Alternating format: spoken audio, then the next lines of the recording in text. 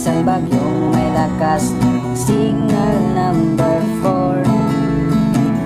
Hindi mo ginusto pero tsak naramdam mo ang tibok ng iyong puso.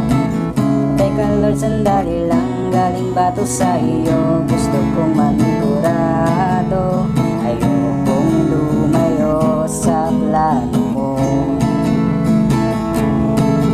Dahil the best yung galing sa'yo,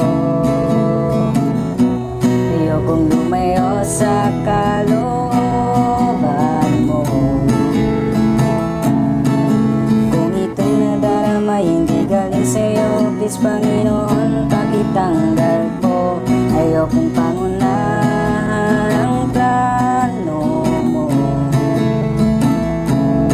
Pero kung siya na talaga, Lord, katulungan mo buhay. Ayokong mabulilyaso ang plano mo. Then, G. Then kayo na bahala sa may verse 2, ganun lang din naman yung gagawin. Kung ano ginawa sa verse 1, ganun din yung sa verse 2 and verse 3. Then pag mag-end na kayo, pag natapos niya yung chorus, pinakalas na chorus, pagkatapos niyan, gagawin nyo lang din yung intro. D, A, G, then A, and then end sa D.